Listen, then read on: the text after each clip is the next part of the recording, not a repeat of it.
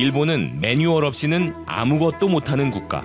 일본의 첫 위기였던 크루즈선에 대한 일본 정부의 대응이 나왔을 때 일본의 뉴스포스트 7이 뉴욕타임즈의 기사를 인용하여 보도한 내용입니다. 기사는 동일본 대지진 후쿠시마 사고 당시 일본의 위기 대응에 대해 연구한 미국 템플 대학의 카일 클리블랜드 교수의 발언을 인용하여 일본은 평상시에는 모든 면에서 잘 기능하고 구조화가 되어 있는 국가이지만 레일에서 벗어난 특수한 상황이 왔을 때도 기존에 실시하고 있는 통상적인 방법으로 대응하는 것이 충분하다고 생각해버리는 곳이라면서 이런 원칙을 지키면 아무도 책임을 지지 않아도 된다는 룰에 얽매여서 유연한 대응을 하지 않는 매뉴얼 국가가 바로 일본의 정체라고 정의 내리고 있습니다. 이런 일본은 현재 검사를 확대하자고 주장하는 의사를 기존의 TV 프로그램 출연진에서 제외시켜버리는 등 거의 북한에서나 가능할 법한 독재 수준의 규제로 사태를 숨기기에 급급한 모습을 보이고 있다는 것을 일본의 언론 리테라도 고발하고 있는데요. 이런 일본의 현실에 대해 이제 전 세계가 의심의 눈초리를 보내고 있으며 일본 후생성 대책반 내의 전문가로부터 중국과는 비교할 수 없을 정도의 대참사가 곧 일본을 들이닥칠 것이라는 의견이 나오고 있는 상황이라고 합니다. 그리고 여기에 더해 일본의 대응을 의심하는 곳은 우선 워싱턴 포스트가 있습니다. 기사는 현재 사태에 대한 두려움이 완화된 일본은 사회적 거리가 너무 빨리 줄어들고 있다고 지적하면서 일본에서는 벌써부터 벚꽃을 보려는 사람들이 거리에 가득한 상황이고 술집과 식당도 가득 차 있으며 자제 요청에도 불구하고 사이타마 슈퍼 아레나에는 K1 경기를 보기 위해 6,500명의 사람들이 모여들었다는 사실에 크게 우려하고 있는데요. 지금까지는 잘 피해온 일본이지만 지난주부터 많은 전문가들이 일본의 상황에 대해 경고하고 있다고 기사는 이야기하고 있습니다. 도호쿠대 의과대학의 교수이자 정부 자문위원인 오시타니 히토시는 일본의 현재 상황에 대해 깊이 우려하고 있다. 이제 첫 번째 물결이 거의 통제되고 있지만 두 번째 물결은 이미 시작되었으며 아마도 그것은 훨씬 더 나빠질 것으로서 우리는 더 많은 사례를 발견하게 될 것이다.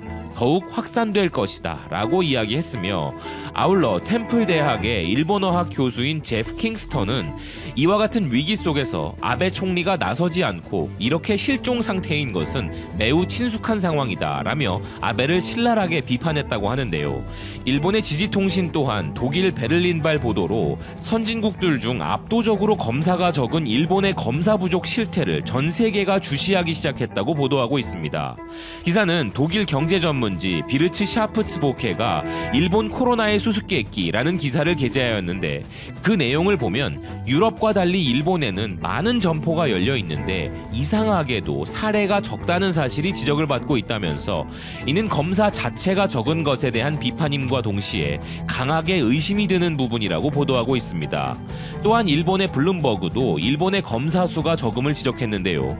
이탈리아보다 치사율이 낮은 것도 특징이라면서 영국 옥스퍼드 대학 연구팀이 공개한 통계에 따르면 일본의 검사 건수는 한국의 31만 건, 이탈리아의 20만 건에 비해 약 15,000건 수준으로 현저히 적은 수치라고 지적하고 있습니다. 이런 의심은 한 일본 언론의 기사를 통해 거의 확신이 되고 있는 분위기인데요.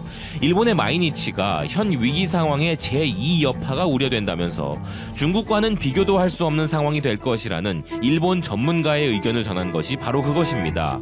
기사는 현재 일본은 사례 추이에 큰 변화가 없지만 해외에서 귀국한 사람들로 인한 사례가 급증하고 있다면서 서양과 동남아시아에서 감염이 확대되고 있는데 지금까지의 중국과는 비교도 할 수 없을 정도의 수준으로 일본에 몰려들 것이라고 이야기한 후생노동성 대책반 소속의 니시우라 히로시 홋카이도 대학 교수의 의견을 전하고 있습니다.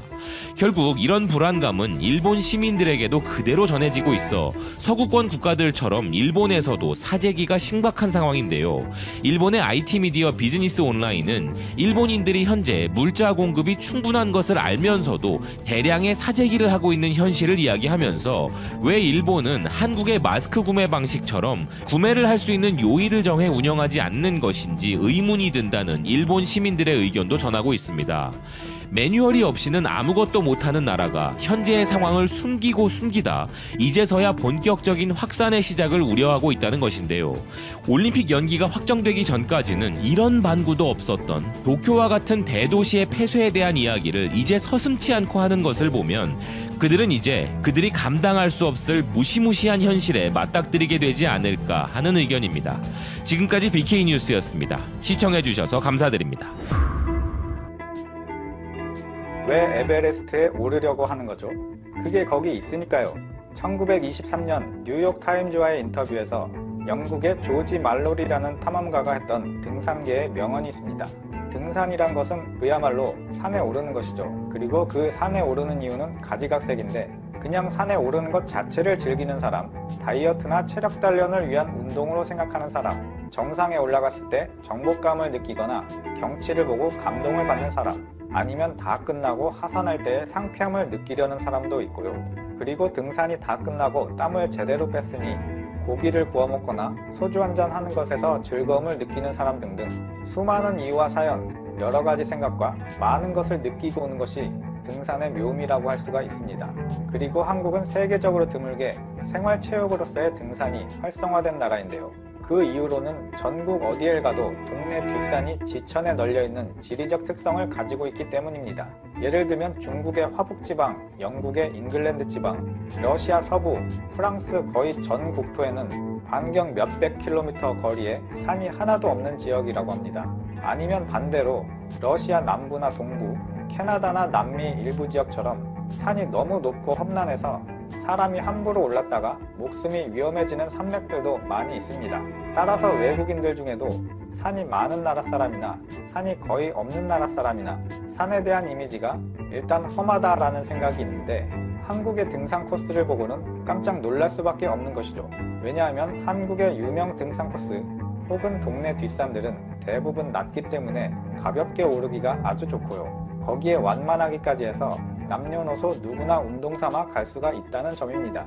특히나 노년층도 쉽게 접근할 수 있는 것이 대부분의 외국에서는 생각할 수가 없는 부분이라고 하는데요. 등산이라는 이미지가 꽤 많은 외국에서는 멀고 험난하고 춥고 위험하고 이런 이미지가 강하다고 하는데요.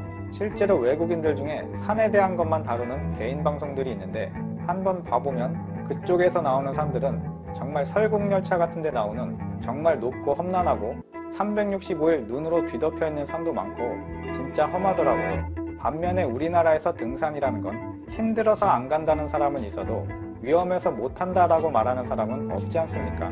심지어 그냥 야산도 아니고 웬만한 등산이 가능한 곳에는 등산로가 잘 정비되어 있기까지 합니다. 또한 외국인들이 다시 한번 놀라는 것은 무엇보다 외진 산길이나 혹은 날이 좀 흐리고 어둡더라도 한국이라는 나라의 특성상 치안이 안전한 편이라는 점인데요. 여기서 외국인들이 생각하는 산에서의 치안이라는 것이 일반 길거리의 치안과는 또 다르게 생각하는 부분이 있고요. 예를 들면 중남미 같은 경우는 등산로의 길목만 노리는 강도도 있다고 하고요. 심지어 총기 사고도 가끔씩 일어난다고 하는데요. 왜냐하면 많은 나라에서는 등산이라는 것 자체가 경제적으로 성공한 사람만 하는 레저이기 때문에 이 사람들한테서 고가의 장비만 뺏어가도 돈이 꽤 된다고 합니다. 그래서 그런 곳들 초입에 있는 팻말들을 보면 강도를 만났을 때나 조난됐을 때의 대처법을 심심치 않게 볼 수가 있습니다. 또한 이렇게 나쁜 사람이 있는 것도 당연히 안 되겠지만 맹수가 나타날 수 있다는 이미지도 상당히 강력하다고 하는데요. 산이 하나가 아니라 높은 산이 수도 없이 많이 있는 걸 산맥이라고 하는데 이런데 잘못 올라가면 종종 야생동물과 마주치는 일이 나온다고 합니다. 운동도 좋고 성취감도 좋고 다 좋은데 갑자기 늑대나 멧돼지가 나타나거나 재수없게도 곰이랑 마주쳐버리면 정말 곤란하지 않겠습니까? 예은병 목숨은 네 마누라한테 바치고. 또한 바로 옆 나라 일본만 하더라도 나가노라는 높은 산이 많은 지역이 있고 그 중에 자국 내의 지붕이라고 불리우는 일본 알프스라는 곳이 있는데요. 이곳은 지질학적의 단층 운동의 결과로 인해 비교적 최근에 산이 아예 생겨버린 곳입니다. 이 산맥 지역들은 우리나라의 어떤 산과도 비교 못할 정도로 험준한데요. 지반과 지질이 약해서 현재도 조금씩 부서져 내리고 있는 바위산 계열입니다. 예전에 일본 여행 관련해서 TV 방송도 자주 나왔고 개인 블로그에 소개하는 사람도 많이 생겨나던 시절이 있었는데 그쪽 여행 좀 다녀봤다 싶은 사람도 이 지역의 등산에 대해서는 자세하게 소개한 방송이나 블로그는 거의 없습니다. 왜냐하면 이쪽 산맥들은 잘못 소개했다가 큰일 날 수도 있을 정도의 험준한 지역이기 때문입니다. 이것도 역시 개인 방송 등에서 갔다 와본 사람이 촬영한 자료가 많이 있는데 봐보면 지형이나 지질 같은 걸 확인할 수가 있었습니다. 그리고 또 한 가지 외국인들이 한국의 등산을 부러워하는 이유, 그것은 바로 비용 문제인데요. 선진국, 후진국을 떠나서 사실 어느 나라건 서민들이 레저 활동을 하기가 쉽지 않다고 합니다. 특히 중진국을 넘어가면서 국민소득 수준 증가에 따른 여가 욕구가 강해진다고 하는데 그에 따른 비용 관련 문제가 반드시 따라오게 되어 있습니다. 하지만 한국에서의 등산이라는 건 비용을 최소화시키는 게 가능한데요. 예를 들면 골프 같은 건 장비가 없으면 아예 불가능한데 등산은 옷이나 신발 정도만 있으면 가능하다. 한국에 체류 중인 한 중년 남성의 인터뷰가 인상적이었는데 중년층에 접어들면서 건강에 관심을 많이 갖게 되는 데 비해 그렇다고 골프나 패러글라이딩, 요트 이런 것들을 하기엔 부담이 많이 된다. 젊은 층들이 하는 얘기로는 한국은 PC방이나 노래방 등에서 저렴하게 여가 시간을 보낼 수 있다고 들었다. 하지만 내 취미는 건강 쪽이기 때문에 그곳에는 가지 않았었는데 그러던 중 한국의 등산을 알게 되었다. 한국에는 멀지 않은 곳에 적당히 좋은 산이 많이 있었고 심지어 시내버스를 타고 갈 수 있다는 점이 믿을 수 없이 좋았다. 게다가 들어간 비용은 왕복 시내버스비와 음료수 값이었다. 식사는 많은 사람들이 인근 식당에서 사 먹지만 나는 집에서 만들어서 가지고 갔다. 이것으로 짧게는 몇 시간, 길게는 저녁까지 즐길 수가 있었는데 최근에 정말 만족하는 취미 생활이 되었다. 그리고 이것은 산에 가지 않고 집에서 휴일을 즐겼을 때와 별로 차이가 없을 정도로 저렴했다. 라고 말을 했습니다. 고마우면 잘해. 알겠냐? 참고로 한국에 체류 중인 외국인들 중에 등산을 하는 개인 방송들을 보면 제일 많이 하는 말이 있더라고요. 한국의 등산 코스는 험난하다고 할 수가 없고 너무나 안전하지 않냐. 어린이가 아닌 이상 건장한 성인이 저렇게 고가의 장비가 필요가 없을 것 같다 라는 얘기입니다. 참고로 이런 외국인들이 우리나라에서 등산을 하는 경우 장비를 이것저것 많이 들고 다니는 걸 상당히 불편해 하더라고요. 실제로 외국인들이 한국에서 가장 많이 하는 등산 복장은 딱 반바지에 반팔티 그리고 일반 운동화 이 정도라고 합니다. 그만큼 우리나라의 산들이 접근하기가 쉽다 라고 생각하는 것이겠죠. 그리고 ICG라는 국제위기 감시기구 동북아 사무소 소속인 피터 백이라는 사람은 외국인이면서도 한국의 등산 지식도 상당히 해박하고 한국의 산 넘어 산이라는 말을 제일 좋아할 정도라고 하는데요. 이 산 넘어 산이라는 말은 한국에서는 안 좋은 의미로 쓰이지만 자신은 산을 너무 좋아하기 때문에 산을 넘었을 때 또 산이 나온다는 이 말이 가장 좋다고 할 정도입니다. 이분이 여러 가지 인터뷰를 통해 한국의 등산에 대해서 객관적인 얘기를 많이 해주고 있는데요. 한국에는 2000m가 넘는 산이 없기 때문에 대부분 간편한 차림으로 가도 문제가 없다. 가격이 좀 나가는 장비가 필요한 것은 지리산이나 설악산 정도이다. 반면에 일본의 경우는 3000m가 넘는 산이 수없이 많으며 산의 지형도 가파르다. 실제로 산에 반달곰과 불곰이 서식하는 지역도 존재하기 때문에 접근하는 것을 추천할 수가 없다.